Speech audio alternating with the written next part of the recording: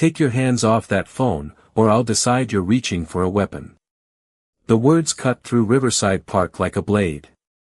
A moment earlier, the afternoon had been ordinary. Children chased pigeons beneath the oak trees. A golden retriever tugged impatiently at its leash. Somewhere near the fountain, a saxophone player stretched a slow, lonely melody into the warm air. Then Officer Daniel Brooks stepped in front of the bench. His polished badge caught the sunlight. His right hand hovered near his holster. His eyes moved between the two black men sitting before him as if he had already decided what they were. Marcus Reed held a phone loosely in one hand. Elijah Carter sat beside him, calm and motionless, one ankle resting over his knee. Neither man wore anything remarkable. Marcus had on a dark blue jacket and faded jeans. Elijah wore a gray sweatshirt beneath a light coat. To anyone passing by, they looked like old friends sharing a quiet conversation. But they were not talking about sports. And they had not chosen that bench by accident. Marcus slowly raised his free hand. "Officer, there's no need for this." Brooks gave a humorless laugh. "There's always a need when two men sit around watching families for half an hour." Elijah's eyes shifted toward the walking path behind Brooks. A silver-haired man in a brown overcoat had just appeared near the fountain. He carried a black leather bag in his left hand and checked his watch twice. Captain Randall Hayes. 27 years in law enforcement. 12 commendations. And, according to a sealed federal investigation, the center of a corruption network that had buried evidence, protected violent officers, and sold confidential information to organized criminals. Marcus and Elijah had spent 6 months trying to reach this moment. One exchange. One bag. One recording that could bring the entire network down. Brooks had arrived in less than 6 minutes and was already tearing it apart. "I asked what you're doing here," he said, stepping closer. Marcus lowered his voice. "We're sitting in a public park." "That wasn't my question." It was the answer. The air changed. Brooks's jaw tightened. He looked at Marcus's phone, then at Elijah's steady expression. Their calmness irritated him more than resistance would have. He wanted nervous hands. Lowered eyes. An apology for occupying space he believed did not belong to them. Instead, he found dignity. And dignity, in the eyes of an insecure man with authority, often looked like defiance. Brooks pointed at the ground. "Put the phone down." Marcus did not move. Inside the device, an encrypted audio channel remained open. Every word Brooks spoke was being transmitted to a federal command van parked 2 blocks away. Every accusation. Every threat. Every breath between them. What Brooks did not know was that Special Agent Sarah Whitmore was listening through a headset, watching 3 surveillance screens while the operation began to fracture. "Marcus," Elijah said quietly. It sounded like a warning. It was actually a signal. Hayes had stopped near the fountain. Another man approached from the opposite path. The black leather bag shifted from one hand to the other. The exchange was seconds away. Brooks reached forward and slapped the phone from Marcus's hand. It struck the pavement with a sharp crack. People nearby turned. The saxophone stopped. For one suspended second, the entire park seemed to hold its breath. Brooks pulled a pair of handcuffs from his belt. "You two are done playing games." Marcus looked down at the damaged phone, then slowly raised his eyes to the officer. There was no fear in them. Only a cold, measured certainty. "You have no idea," Marcus said, "what you just interrupted." Brooks smiled as the metal cuffs opened. He thought he was taking control. He did not realize he had just stepped into a federal investigation, and placed himself directly in its path. 30 minutes earlier, Riverside Park had looked too peaceful to hide a crime. Sunlight spilled through the branches in soft golden strips, warming the walking paths and turning the fountain mist into silver dust. Parents watched their children near the playground. Joggers passed with headphones pressed over their ears. Elderly couples occupied the shaded benches, speaking in quiet voices as if the city beyond the trees no longer existed. Marcus, Reed and Elijah Carter sat near the eastern gate. They had been there since noon. Marcus held a paper cup of coffee that had gone cold an hour ago. Elijah occasionally unfolded a newspaper, though his eyes never remained on the page. Beneath their ordinary clothing were concealed microphones, encrypted transmitters, and federal credentials they could not reveal unless the operation collapsed. Their target was Captain Randall Hayes. To the public, Hayes was a respected officer approaching retirement. His photograph hung inside the precinct beside awards for bravery and distinguished service. He appeared at charity events, shook hands with city officials, and spoke proudly about honor whenever cameras were near. But the files told another story. Witnesses had disappeared after filing complaints against his officers. Evidence had been removed from locked rooms. Informants had been exposed, then found beaten or too frightened to testify. For years, Hayes had protected the men beneath him while accepting money from criminals who needed police reports altered and investigations redirected. Marcus had studied every page. Elijah had listened to every frightened witness. Today, they intended to end it. A hidden camera faced the fountain where Hayes was scheduled to meet a courier carrying payment records. Once the bag changed hands, federal teams positioned around the park would move in. No sirens. No confusion. No mistakes. Blue jacket, North Path, Elijah murmured without moving his lips. Marcus lifted the coffee cup and glanced toward the reflection in its plastic lid. A man passed beneath the trees, but he was too young and carried nothing. Not Hayes, Marcus replied. They returned to silence. For men trained to enter dangerous rooms, waiting was often the hardest part. Every laugh from the playground sounded too loud. Every passing shadow seemed important. Every minute stretched beneath the pressure of 6 months of work. Then a patrol car slowed beside the curb. Officer Daniel Brooks looked through the windshield and noticed them immediately. He did not see 2 federal agents protecting a city from corruption. He saw 2 black men sitting in an expensive neighborhood with no purpose he considered acceptable. Brooks parked the car. Marcus watched him approach in the reflection of the fountain. Elijah, he said softly, we have company. Neither man moved. The operation had not yet begun. But prejudice was already walking toward their bench. Officer Daniel Brooks crossed the grass with the slow confidence of a man who believed suspicion was the same thing as evidence. His boots pressed dark marks into the damp earth. One hand rested near his belt while the other adjusted the body camera on his chest, though he never checked whether its light was flashing. He had already formed his conclusion before reaching the bench. Marcus watched him through the corner of his eye. Elijah turned one page of the newspaper. Neither man wanted this encounter. Revealing their identities could destroy the operation, but allowing Brooks to interfere might be even worse. Somewhere beyond the fountain, federal agents waited for Captain Hayes to appear. Every second mattered. Brooks stopped directly in front of them. What are you 2 doing here? Marcus looked up. Enjoying the park. Brooks glanced at the untouched coffee and the newspaper Elijah had barely read. For nearly an hour. It's a public bench, Elijah said. The answer was calm, almost polite, but Brooks heard something else. He heard challenge. He heard disrespect. He heard 2 men refusing to become nervous simply because a uniform had approached them. His expression hardened. We've had complaints about suspicious people watching families. Marcus scanned the playground. No parent appeared concerned. No one had called for help. The only person studying them was Brooks. What exactly made us suspicious? Marcus asked. Brooks ignored the question. Identification. Elijah folded the newspaper carefully. Are we being detained? Brooks leaned closer. Why? Do you have somewhere to run?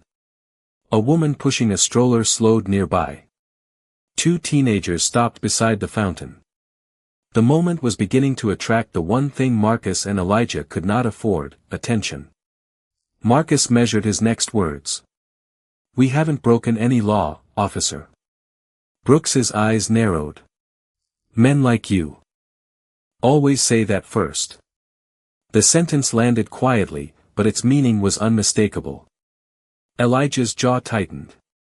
For 6 months, he had sat across from witnesses who described being stopped, searched, and humiliated by officers under Randall Hayes.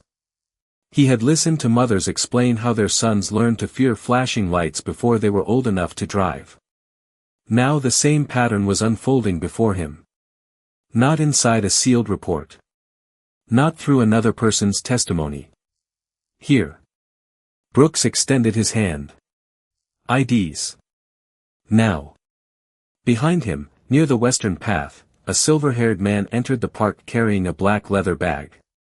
Marcus recognized Captain Hayes immediately. The operation was moving. And Brooks was standing directly in its way. Captain Randall Hayes moved toward the fountain without looking at the bench. Marcus knew better than to watch him directly. Instead, he studied Hayes through the reflection on the cracked screen of his phone. The black leather bag remained in the captain's left hand. A second man waited near the statue, pretending to feed birds. The exchange was less than 2 minutes away. Brooks held out his hand again. "I said identification." Marcus kept his voice controlled. "Officer, unless you can explain why we're being detained, we are not required to provide anything." Brooks stepped closer until his shadow covered them. "You think quoting rules makes you smart?" "No," Elijah replied. "Knowing them does." The words were quiet. But they struck something fragile inside Brooks. His face tightened. His hand moved toward Elijah's shoulder, then stopped inches away. Around them, the park continued to slow. The woman with the stroller stood near the path now. The teenagers by the fountain had taken out their phones. Brooks noticed the audience. Instead of calming him, it made him perform. "Stand up," he ordered.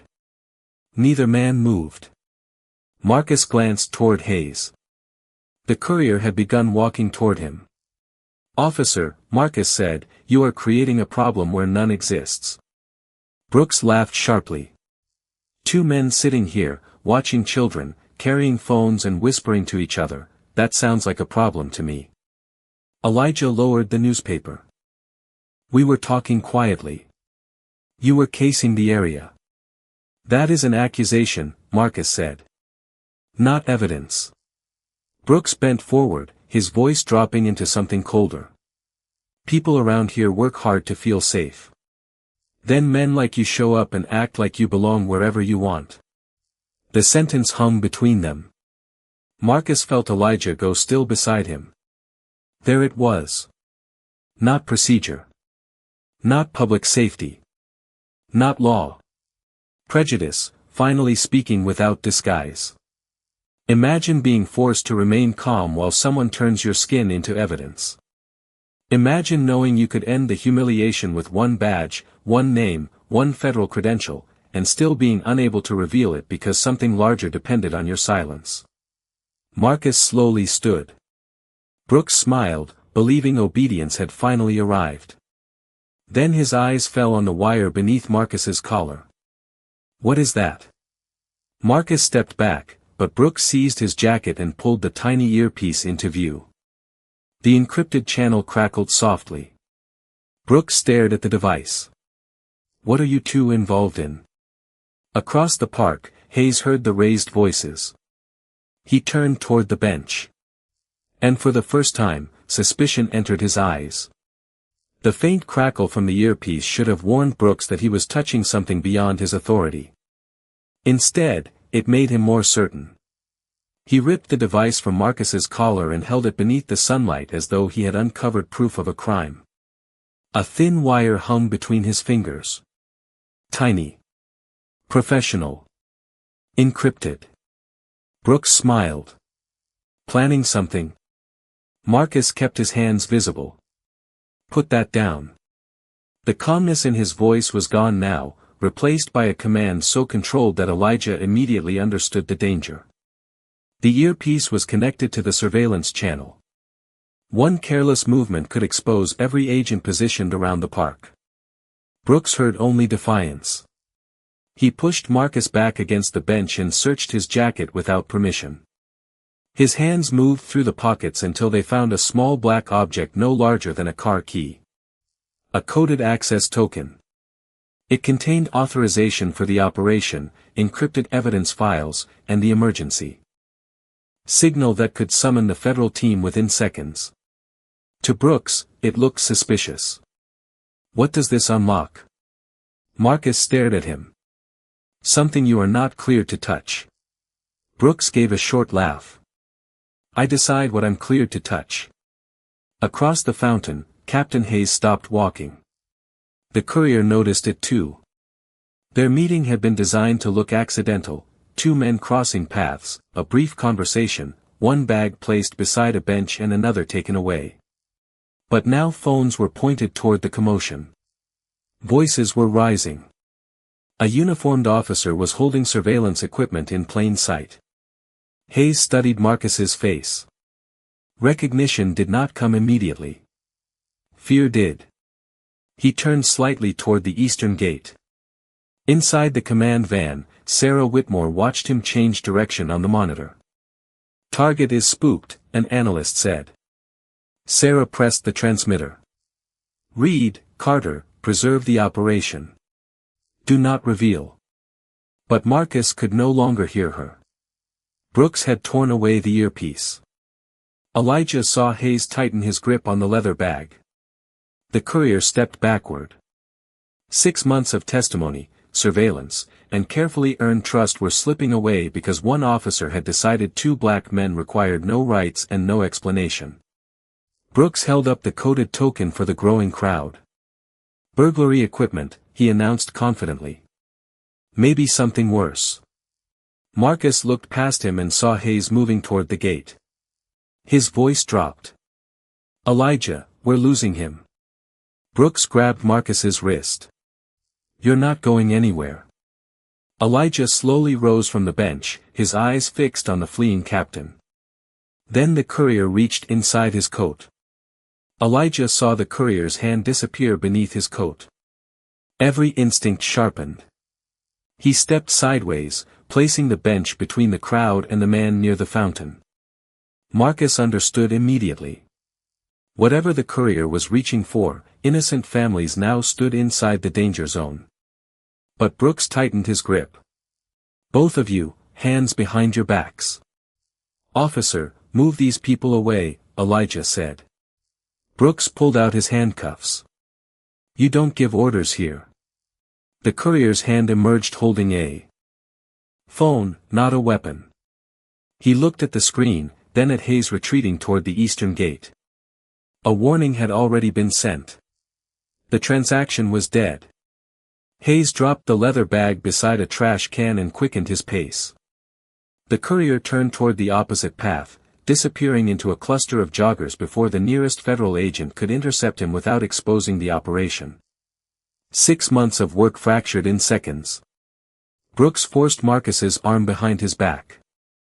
The first cuff closed with a metallic click. People gasped.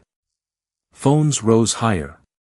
A little boy near the playground asked his mother what the men had done, but she had no answer. Because there was no answer. Marcus stood perfectly still as Brooks secured the second cuff. His face remained controlled, yet anger burned beneath his silence. He had worn restraints before during undercover assignments, but never because an officer had looked at his skin and invented a crime. Elijah was next. Brooks kicked the newspaper aside and ordered him to turn around. Elijah obeyed slowly, keeping his eyes on the eastern gate where Hayes vanished behind the trees.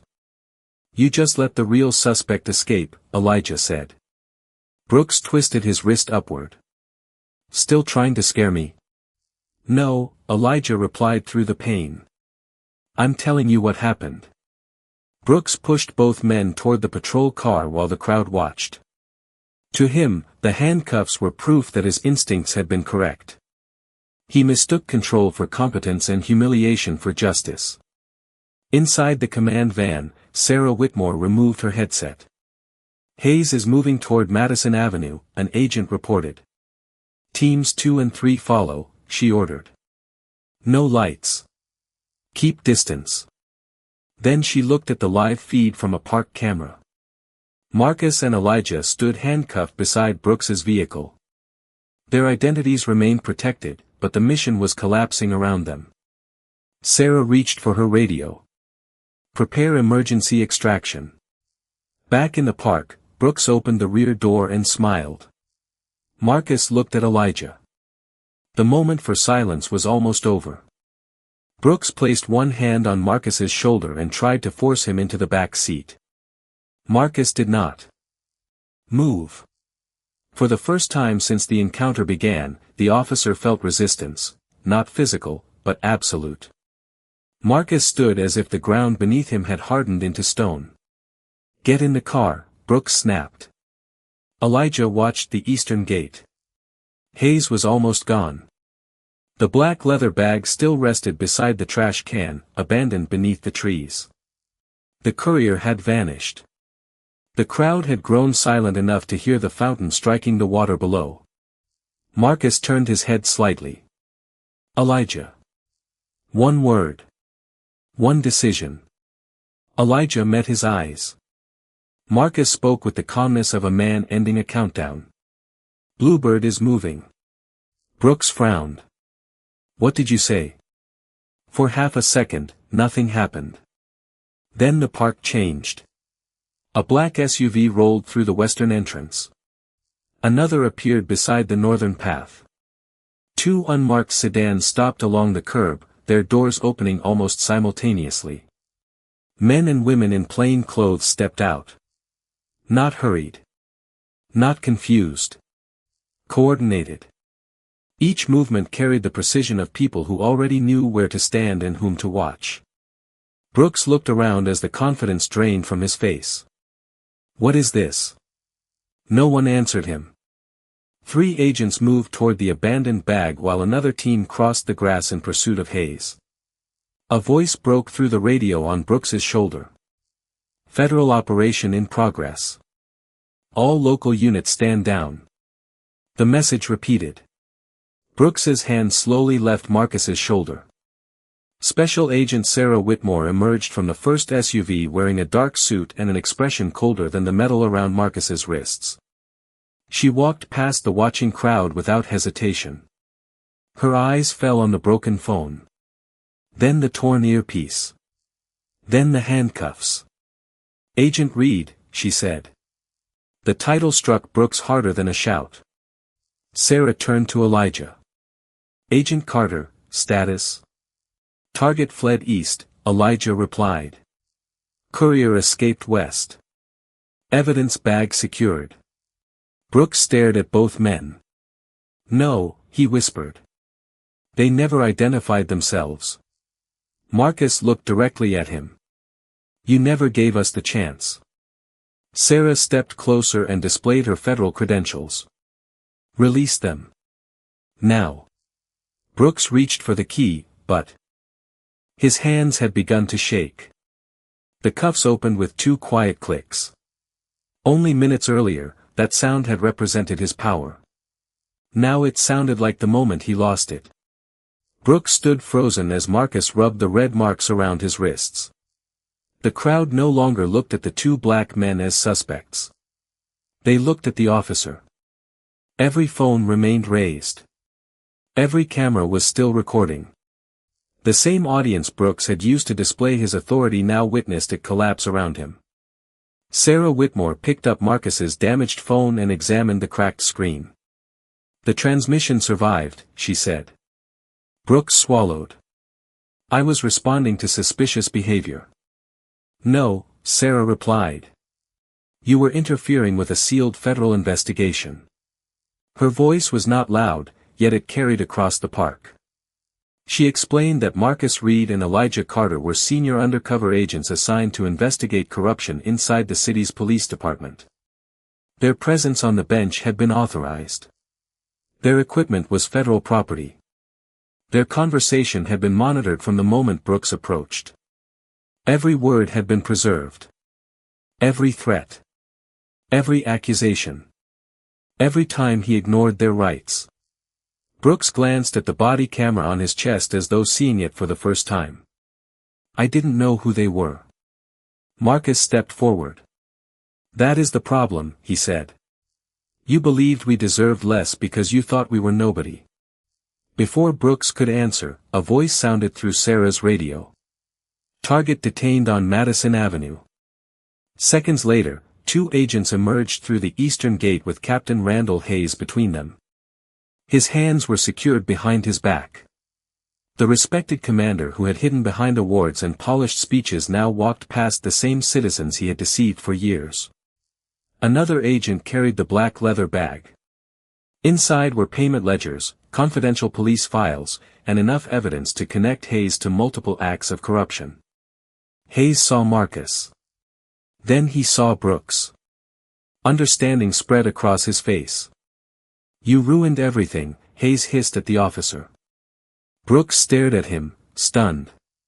Sarah turned toward the local supervisor arriving near the patrol car. Officer Daniel Brooks is to be relieved of duty pending a federal civil rights investigation, she said. His badge, weapon, body camera footage, and disciplinary history are now evidence. The supervisor removed Brooks's badge. There was no struggle. No dramatic speech. Only silence as the small piece of metal left his chest. Marcus watched Hayes being placed into a federal vehicle. The mission had nearly failed, but the evidence was secure, and the network had begun to fall. Brooks had entered the park believing his uniform made every assumption lawful. He left without it, finally understanding that authority could command obedience for a moment, but truth could judge what happened afterward. By sunset, Riverside Park had returned to its ordinary rhythm. Children ran beneath the oak trees. The saxophone player lifted his instrument again. Water continued to fall through the fountain as if nothing extraordinary had happened there. But for Marcus Reed, the bench no longer looked ordinary. He stood beside it with Elijah Carter, watching federal vehicles disappear into the evening traffic. Captain Randall Hayes was in custody. The leather bag had been secured. Before midnight, warrants would be signed for officers, officials, and criminals who had believed their badges and connections made them untouchable. Daniel Brooks had been taken away separately. Not in handcuffs. Not yet. But without his weapon, without his badge, and without the certainty that had shaped every step he took toward 2 strangers that afternoon. The federal investigation into his conduct moved quickly. His body camera footage matched the encrypted recording from Marcus's phone. Previous complaints, once dismissed as misunderstandings, were reopened. People who had remained silent for years began to speak. A delivery driver described being searched beside his own van. A college student remembered being forced onto wet pavement. A father explained how his young son had watched Brooks accuse him of stealing the car he had legally purchased. The park incident had not created the truth. It had simply made the truth impossible to bury. Elijah looked at the empty space where Brooks's patrol car had stood. He said he didn't know who we were. Marcus nodded. It was the excuse they had heard too many times. As if dignity belonged only to judges, agents, commanders, or people with powerful names. As if injustice became acceptable whenever the victim lacked a title capable of frightening the person committing it. Marcus sat on the bench. No one should need a federal badge to be treated like a human being, he said. Elijah sat beside him, and for a moment neither man spoke. Imagine how different that afternoon might have been if Brooks had approached with patience instead of prejudice. Imagine how many lives could change if authority paused long enough to see a person before inventing a criminal. Justice did not arrive because Marcus and Elijah were powerful. It arrived because evidence survived, witnesses refused to look away, and the truth finally found a room where it could be heard. If this story moved you, remember what stood at its center, not revenge, but accountability, not humiliation, but dignity restored. Brooks believed the badge allowed him to decide who belonged on that bench. But the bench belonged to everyone. And that day, the law did not ask who Marcus and Elijah were. It asked who Brooks had chosen to become.